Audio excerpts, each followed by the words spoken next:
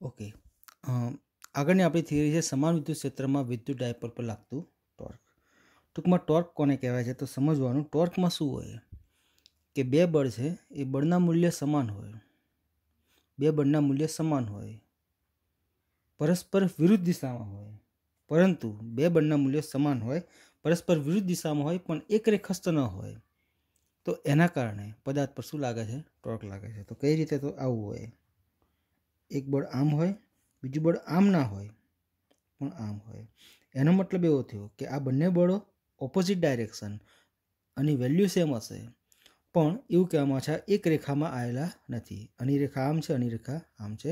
તો આવા બળને કારણે 110% શું લાગે છે? ટોર્ક લાગે છે. Okay, ready.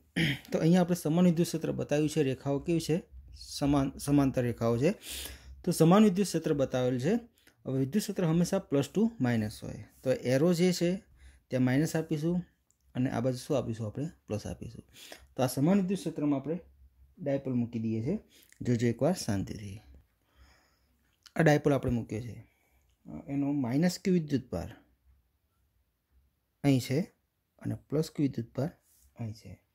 ઓકે, સાંભળજો એકવાર શાંતિથી. રેડી. એનું સેન્ટર છે, તો આ બાજુનું અંતર છે એને આપણે નીચે તરફ છે તો અને માઇનસ એ કહી શકાય અને પ્લસ છે તો આને શું કહી શકાય? અહીંથી આ ડિસ્ટન્સને આપણે પ્લસ એ લખી શકીએ છીએ. ઓકે, હવે સમજવાનો એકવાર ખાસ મુદ્દો હવે છે -q પર બળ લાગશે તો આ -q વિદ્યુતભાર છે, આ બધું શું છે? પ્લસ છે. તો આ માઇનસને પ્લસ શું કરે? ખેંચે. તો આના પર લાગતું બળ હશે 110% આ દિશામાં છે. તો એ બળને શું લખાય? તો એ બળને લખાશે -QE લખાશે. શું લખાશે? -QE, માઇનસ પર લાગતું બળ. આકર્ષણ થાય એટલે 110% આ બાજુ ખેંચાશે. હવે આ પ્લસ છે, આ માઇનસ છે, એનો મતલબ આના પર લાગતું, આના વડે આના પર લાગતું બળ જે છે એ ક્યાં હશે? જમણી સાઈડ. ટૂંકમાં આના તરફ ખેંચાશે માઇનસ તરફ, તો એ બળ તમને આ દિશામાં મળશે. તો એને લખાશે QE લખાશે. પટી ગયું? હવે એવું કહેવામાં આવે છે આ QE અને -QE છે એના દ્વારા શું લાગશે? ટોર્ક. કેમ? તો મેં તમને બતાવ્યું આ બંનેના મૂલ્ય સમાન થશે, ડાયરેક્શન ઓપોઝિટ પણ એક રેખામાં નથી, એટલે કહી શકાય કે QE અને -QE દ્વારા શું લાગશે? ટોર્ક લાગે. શું લાગશે? ટોર્ક.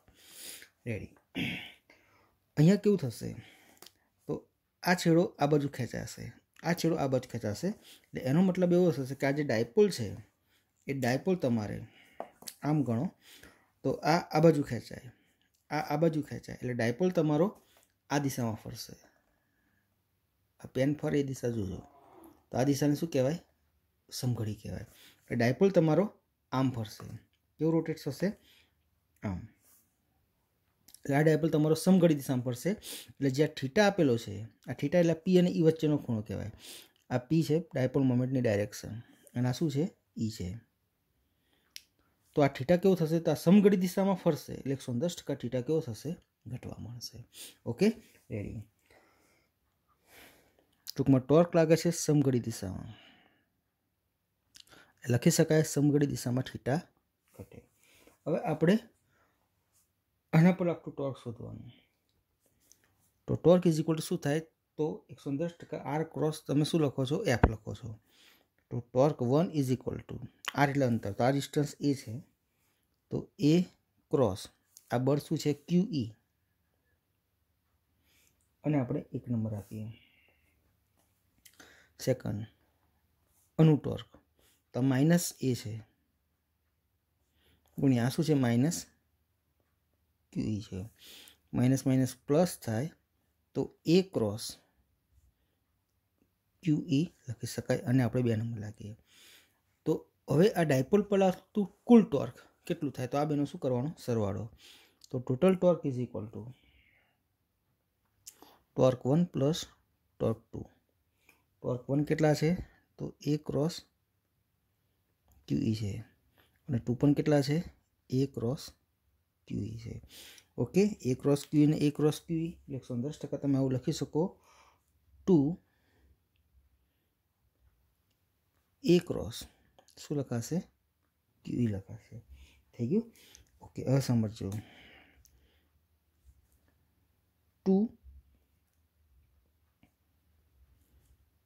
એ અને ક્યુને આમ લઈ લો ગુણ્યા ઈ, આવું રીતે એને સેટ કરી શકાય. ટૂંકમાં 2a ઇન્ટુ ક્યુ એટલે અંતર ગુણ્યા વિદ્યુતભાર, તો એને શું કહેવાય? ડાયપોલ મોમેન્ટ કહેવાય. તો 110% તમે પી લખી શકો છો. તો મળશે આપણે કુલ torque is equal to P cross E લખાશે. રેડી? ઓકે, આ કેમ લખાયું છે તો આપણે જાણીએ છીએ એ મુજબ P is equal to 2a dot Q લખી શકાય. Okay, ready. તો આનું તમે મૂલ્ય લો તો torque is equal to P E, આ ક્રોસ આવે એટલે શું આવશે? Sine theta. તો આપણે એક આ મહત્વનું સૂત્ર મળે કે સમાન વિદ્યુત ક્ષેત્ર હોય તો સમાન વિદ્યુત ક્ષેત્રમાં જો ડાયપોલ તમે મૂકો તો એ જે ડાયપોલ છે એ આમ ના જતો રહે કે આમ ના જતો રહે. ટૂંકમાં એ રેખીય ગતિ નથી કરતો, માત્ર આમ ગોળ ગોળ ફરે. એટલે શું થાય? આમ રોટેટ થાય. ડાયપોલ શું થશે? રોટેટ થશે.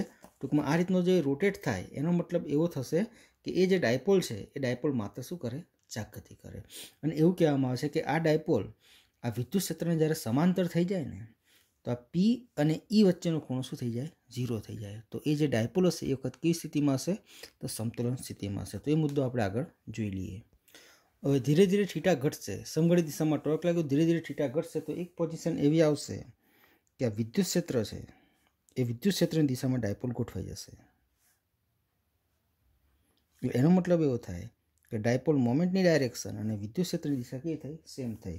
તો આ થીટા કેવું થાય? 0 થાય. થીટા 0 થાય તો ટોર્ક શોધો તો torque is equal to PE sine theta. Theta બરાબર 0 લખો તો પીઈ સાઇન 0. ટૂંકમાં એનો મતલબ એવો થાય કે ટોર્ક કેવું થશે? 0 થશે. ટોર્ક 0 થાય એનો મતલબ એવો થાય કે આ ડાયપોલની કઈ સ્થિતિ કહેવાય? સમતોલન સ્થિતિ કહી શકીએ છીએ. Okay, ready. એનો મતલબ એવો થયો કે સમાન વિદ્યુત ક્ષેત્ર હોય તો સમાન વિદ્યુત ક્ષેત્રમાં હંમેશા ડાયપોલ છે એ માત્ર ને માત્ર કઈ ગતિ કરશે? ચાક ગતિ કરશે. એ રેખીય ગતિ કરતો નથી. રેખીય ગતિ ક્યારે કરે? તો કદાચ માઇનસ પર વધારે બળ લાગતું હોત તો માઇનસ તરફ ખેંચાતો, અને જો પ્લસ પર વધારે બળ લાગતું હોત તો પ્લસ બાજુ ખેંચાતો. પણ એવું થતું નથી. બંને બાજુ બળ કેવા લાગે છે? સરખા લાગે. પણ ડાયરેક્શન ઓપોઝિટ છે. 110% ડાયપોલ છે એ રોટેટ થાય છે. રોટેટ થાય છે એનો મતલબ થાય કે શું કરે છે? માત્ર ને માત્ર ચાક ગતિ કરે છે. ઓકે, ટૂંકમાં સમજવાનું ટોર્ક ક્યારે લાગે તો બળના મૂલ્ય સમાન હોય, ડાયરેક્શન ઓપોઝિટ હોય, અને બીજું મહત્વની બાબત એ બંને બળ છે એ એક રેખામાં હોવા ન જોઈએ. તો આ મુદ્દો આપણો પૂરો થયો કે સમાન વિદ્યુત ક્ષેત્રમાં ડાયપોલ મૂકો તો શું થાય. હવે આપણે બીજી વાત આવ્યા છે કે અસમાન વિદ્યુત ક્ષેત્રમાં ડાયપોલ હોય તો શું થાય. તો આપણે બીજું હેડિંગ મારી દઈએ છીએ કે અસમાન વિદ્યુત ક્ષેત્રમાં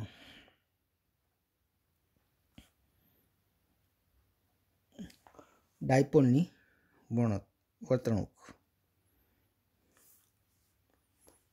ઓકે, આ આપણે અસમાન વિદ્યુત ક્ષેત્ર માટે એક ઉદાહરણ લઈએ છીએ. કાંસકો છે. કાંસકાની મદદથી આપણે વાળ ઓળીએ છીએ તો એવું કહેવામાં આવે છે કાંસકો છે એ કાંસકો ઋણ વિદ્યુત ભારિત થાય. એટલે એનો મતલબ થયો કે આ ઋણ વિદ્યુત ભારિત થયો. અહીં છે માઇનસ ક્યુ. ઓકે, સાંભળજો. તો એક બિંદુવત કહેવાય. તો આનું વિદ્યુત ક્ષેત્ર માઇનસનું ક્યાં હોય? એના તરફ હોય. તો 110% કહી શકાય કે આ વિદ્યુત ક્ષેત્ર સમાન નથી પણ કેવું છે? અસમાન છે. હવે તમે કાગળનો એક ટુકડો લો. કાગળને એ ટુકડાને આ વિદ્યુત ક્ષેત્રમાં તમે મૂકશો તો કાગળનો ટુકડો છે એમાં પ્લસ અને માઇનસ છે એ અલગ નહીં હોય પણ કેવા હશે? ભેગા હશે. પણ જેવો તમે વિદ્યુત ક્ષેત્રમાં મૂકશો તો આ જે કાગળ છે એ કાગળના પ્લસ એક સાઈડ પર જતા રહેશે અને માઇનસ શું થશે? એક સાઈડ પર જતા રહેશે. ઓકે, કેમ? તો તમે વિદ્યુત ક્ષેત્રમાં મૂક્યો છે તો માઇનસના કારણે પ્લસ એક સાઈડ પર જશે અને માઇનસના કારણે માઇનસ પણ એક સાઈડ પર. આ આકર્ષણની સ્થિતિમાં જશે, આ અપાકર્ષણ. 10% પ્લસ માઇનસ છૂટા પડશે. ટૂંકમાં આ કાગળ છે, કાગળ સામાન્ય સ્થિતિમાં ડાયપોલ નહોતો પણ જેવો તમે અસમાન વિદ્યુત ક્ષેત્રમાં મૂક્યો કાગળના ટુકડાને તો એના પ્લસ માઇનસ છૂટા પડ્યા. એટલે 110% કહી શકાય ડાયપોલ શું થયો? પ્રેરિત થયો, ડાયપોલ ઉદ્ભવ્યો કહી શકાય. ઓકે, હવે કેવું થશે? તો જેવું તમે અસમાન વિદ્યુત ક્ષેત્રમાં મૂકશો તો આપણને ખ્યાલ આવશે, બોલો માઇનસ ખેંચાય કે પ્લસ ખેંચાય? તો 110% ખબર છે કે પ્લસ ખેંચાય. એટલે આ કાગળનો ટુકડો તમે આમ મૂક્યો હશે તો 110% કાગળનો ટુકડાનો જે પ્લસ વિદ્યુત ભાર છે એ આના તરફ ખેંચાશે. એટલે આ કાગળનો ટુકડો જે આમ સીધો હશે 110% આમ રોટેટ થશે, રોટેટ થઈને કેવો થશે, એમ સીધો થશે. તો કહી શકાય કે આ રીતે એ સીધો થઈ જાય એટલે કહી શકાય અને શું કરી, કઈ ગતિ કરી, ચાક ગતિ કરી. કઈ ગતિ કરી, ચાક ગતિ. ઓકે, સમજો એકવાર. આમ મૂકેલો છે ટુકડો, કેવો છે, આમ છે. હવે આ ટુકડાની પોઝિશન આ પ્લસ થઈ ગયો, આ બાજુ શું થઈ ગયો, માઇનસ થઈ ગયો. એટલે આના તરફ ખેંચાશે. જેવો ખેંચાશે એટલે કાગળનો ટુકડો શું થશે, આમ રોટેટ થઈને ઊભો થઈ જશે. જેવો કાગળનો ટુકડો ઊભો થઈ જાય હવે શું થાય, તો હવે કહી શકાય છે કે આ પ્લસ છે એ પ્લસ બાજુ બળ વધારે લાગે, માઇનસ બાજુ કેવું લાગે, ઓછું લાગે. તો એના તરફ હવે આ કાગળનો ટુકડો તૈયારીમાં રેખીય ગતિ કરીને માઇનસ પાસે શું થશે, ચોંટી જશે. ટૂંકમાં એના તરફ આકર્ષાશે. તો આ પહેલાં રોટેટ થયું એટલે કઈ ગતિ થઈ, ચાક ગતિ થઈ. અને અહીંથી સીધો અહીં જતો રહેશે 110% કઈ ગતિ થાય, રેખીય ગતિ થાય. તો ટૂંકમાં એવું કહેવામાં આવે છે કે અસમાન વિદ્યુત ક્ષેત્રમાં જો ડાયપોલ મૂકવામાં આવે તો સૌપ્રથમ ચાક ગતિ થાય છે. ચાક ગતિ થયા પછી રેખીય ગતિ કરીને જે ડાયપોલ છે શું થાય છે, આકર્ષાય છે. સ્વાભાવિક વસ્તુ છે. અને ખાસ યાદ રાખવાનું, સમાન વિદ્યુત ક્ષેત્ર હોય તો માત્ર ને માત્ર ચાક ગતિ થાય છે, પણ અસમાન વિદ્યુત ક્ષેત્રમાં જો ડાયપોલ મૂકવામાં આવે તો ચાક ગતિ પણ થાય છે, સાથે સાથે રેખીય ગતિ પણ થાય છે. તો ચાક ગતિ કેમ થાય છે, તો સ્વાભાવિક વસ્તુ આપણે જોયું એ પ્રમાણે આ જે કાગળનો ટુકડો છે એ સમક્ષિતિજ હતો તો કેવો થઈ ગયો, એકદમ લંબ થઈ ગયો એટલે ચાક ગતિ થાય. અને તૈયારીમાં આમ થયા પછી આકર્ષણને કારણે, બળ વધારે હોવાના કારણે 110% માઇનસ પર શું થાય છે, ખેંચાય છે. તો કહી શકાય કે અસમાન વિદ્યુત ક્ષેત્રમાં ડાયપોલ ચાક ગતિ વત્તા રેખીય ગતિ કરે છે. Okay, ready. હવે આપણો નવો મુદ્દો આવે છે વિદ્યુતભારની રેખીય ઘનતા, વિદ્યુતભારની પૃષ્ઠ ઘનતા અને વિદ્યુતભારની કદ ઘનતા. હવે આનો ઉપયોગ કઈ રીતે થાય એ સમજાવું તમને. હવે હું એમ કહું છું, ધારો કે આ એક અમુક લંબાઈ ધરાવતો તાર છે. આ તાર ઉપર ઘણા બધા વિદ્યુતભાર છે અને આ ઘણા બધા વિદ્યુતભાર વડે કોઈ એક વિદ્યુતભાર પર લાગતું જો બળ શોધવું હોય તો 110% રેખીય વિદ્યુતભાર ઘનતાની થિયરીનો ઉપયોગ થાય છે. તો આપણે અત્યારે એનું ખાલી માત્ર સૂત્ર લઈ લઈએ, કાલે એની 3 મુદ્દાની આપણે થિયરી કાલે જોઈશું, પણ હમણાં થોડીક સમજણ મેળવી લઈએ. તો એવું કહેવામાં આવે છે કે જો લંબાઈ ધરાવતો કોઈ પદાર્થ હોય અને એના પર વિદ્યુતભાર સતત વિતરિત થયા હોય અને એના વડે કોઈ એક વિદ્યુતભાર પર લાગતું જો બળ શોધવું હોય અથવા તો એના વડે વિદ્યુત ક્ષેત્ર શોધવું હોય તો 110% આનો ઉપયોગ થશે. ટૂંકમાં એવું કહેવામાં આવે છે વિદ્યુતભારિત રેખા પરના એકમ લંબાઈ દીઠ વિદ્યુતભારને રેખીય ઘનતા કહે છે. એકમ લંબાઈ દીઠ એટલે લંબાઈ ક્યાં આવશે, નીચે આવશે. રહેલા વિદ્યુતભારને, એ લંબાઈ દીઠ રહેલા વિદ્યુતભારને રેખીય વિદ્યુતભાર ઘનતા શું કહેવામાં આવે છે, લેમ્બડા કહેવામાં આવે છે. ઓકે, આમાં જો તમે ક્યુને કરતા બનાવો તો લેમ્બડા ઇન્ટુ શું થાય, એલ થાય. Okay, ready. આનો એકમ શું આવે, લેમ્બડાનો એકમ તમારે આવશે આ કુલમ, આ મીટર નેચે છે એટલે કુલમ મીટર શું થશે, ઇન્વર્સ થશે. તો આ થઈ રેખીય વિદ્યુતભાર ઘનતા થઈ. હવે બીજો મુદ્દો આવે છે પૃષ્ઠ વિદ્યુતભાર ઘનતા. એનો મતલબ એવો થાય કે ધારો કે ક્ષેત્રફળ ધરાવતી કોઈ સપાટી છે, એના પર સતત વિદ્યુતભાર રહેલો છે, ઘણા બધા વિદ્યુતભાર રહેલા છે અને આ ઘણા બધા વિદ્યુતભાર વડે કોઈ એક વિદ્યુતભાર પર લાગતું બળ શોધવું છે અથવા વિદ્યુત ક્ષેત્ર શોધવું છે તો આપણે પૃષ્ઠ વિદ્યુતભાર ઘનતા આવે. રેખીય વિદ્યુતભાર ઘનતાનો સિમ્બોલ લેમ્બડા છે તો પૃષ્ઠ વિદ્યુતભાર ઘનતાનો સિમ્બોલ શું આવે, સિગ્મા. પૃષ્ઠને હંમેશા ક્ષેત્રફળ હોય એટલે અહીંયા સૂત્ર કઈ રીતે બોલાય, એકમ ક્ષેત્રફળ દીઠ રહેલા વિદ્યુતભારને, અને એ આવશે, અહીં શું આવશે, ક્યુ આવશે. તો sigma equal to Q by શું થાય, એ થાય. ઓકે, તો ક્યુને કરતા બનો તો ક્યુ ઇક્વલ ટુ સિગ્મા એ લખી શકાય. આની અંદર એકમ શું થશે સિગ્માનો, તો આ કુલમ અને આ મીટર સ્ક્વેર એટલે કુલમ મીટર માઇનસ શું થશે, 2 થશે. જો પદાર્થ લંબાઈ ધરાવે તો રેખીય વિદ્યુતભાર ઘનતાનો ઉપયોગ કરવાનો, ક્ષેત્રફળ ધરાવે સપાટી હોય એટલે ક્ષેત્રફળ ધરાવે તો 110% આનો ઉપયોગ કરવાનો. રેડી. અને ત્રીજો મુદ્દો આવે છે કે કોઈ કદ ધરાવતો પદાર્થ છે તો એના માટે આવે છે વિદ્યુતભારની કદ ઘનતા.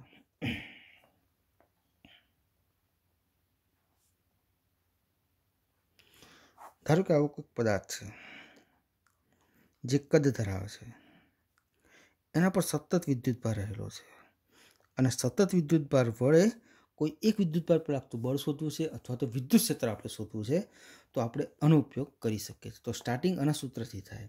ઓકે, તો કદ વિદ્યુતભાર ઘનતા છે એને બોલાય છે શું, તો એકમ કદ દીઠ વિદ્યુતભારને વિદ્યુતભારની કદ ઘનતા કહે છે. તો લખાશે રો ઇઝ ઇક્વલ ટુ કદ દીઠ એટલે કદ નીચે આવે વિદ્યુતભાર ઉપર આવે તો કદ દીઠ વિદ્યુતભારને વિદ્યુતભાર કદ ઘનતા કહે છે. અને ક્યુ બરાબર લખો તો ρ × V લખી શકાય છે. ઓકે, આનો એકમ શું આવે તો આ કુલમ અને આ મીટરની 3 ઘાત એટલે કુલમ મીટર માઇનસ શું થશે 3 થશે. તો આ ત્રણે જે થિયરી છે, આ ત્રણે જે તમને બતાવી ભૌતિક રાશિ રેખીય વિદ્યુતભાર ઘનતા લેમ્બડા અને સિગ્મા અને આ શું છે ρ છે. તો આના વડે આપણે મેં તમને કીધું કે આનાથી સ્ટાર્ટ કરવાનું. તો ખરેખર એની થિયરી શું હોય છે એ આપણે કાલે સમજી લઈશું. પણ એક વખત સમજજો, કાલે હું તમને ખાલી એક થિયરી આ સમજાવીશ અને આ જે થિયરી જે રીતે સમજી છે અને જે રીતે આપણે સાબિત કરશું, આ થિયરી જે રીતે આપણે લખીશું એ જ રીતે આ લખવાની. પણ ફરક શું પડશે તો અહીં લેમ્બડા છે તો અહીં શું આવે સિગ્મા આવે. આ લખવા જો તો શું આવે ρ આવે. અહીં એલ છે તો અહીં શું આવે એ આવે. અહીં શું આવે વી આવે. તો એ થોડોક જ ફરક છે. ટૂંકમાં એની કાલે આપણે એની થિયરી જોઈ લઈશું. ઓકે, તો આજે આપણે જોઈ ગયા સમાન વિદ્યુત ક્ષેત્ર અને અસમાન વિદ્યુત ક્ષેત્રમાં ડાયપોલ શું થાય, ડાયપોલની વર્તણૂક કેવી હોય, અને બીજો મુદ્દો આપણે જોઈ ગયા વિદ્યુતભારની રેખીય ઘનતા, પૃષ્ઠ ઘનતા અને કદ ઘનતા. ઓકે, એક પ્રકારની ઘનતા છે પણ આ વિદ્યુતભારની ઘનતા છે એટલે 110% ઉપર શું આવે છે ક્યુ આવે. રેખીય તો લંબાઈ Q/L, પૃષ્ઠ તો ક્ષેત્રફળ Q/E, કદ એટલે Q/ શું થશે V થશે. ઓકે.